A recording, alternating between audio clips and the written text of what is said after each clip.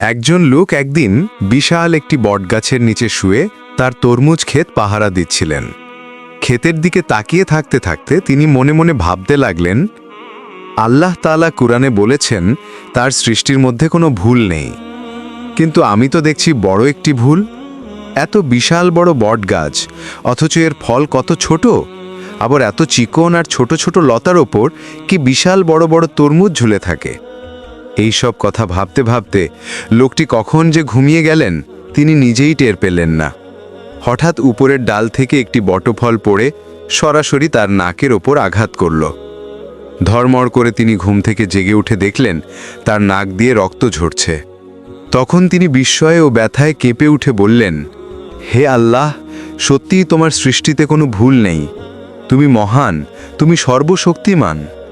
তিনি আবার মনে মনে চিন্তা করলেন, আজ যদি এই বটফল তরমুজের মতো বড় হতো আর সেটা যদি আমার নাকের ওপর পড়ত, তাহলে তো আমি বিনা টিকিটেই বেহেশতে চলে যেতাম, আর কোনো দিন আমার ঘরে ফেরা হতো না।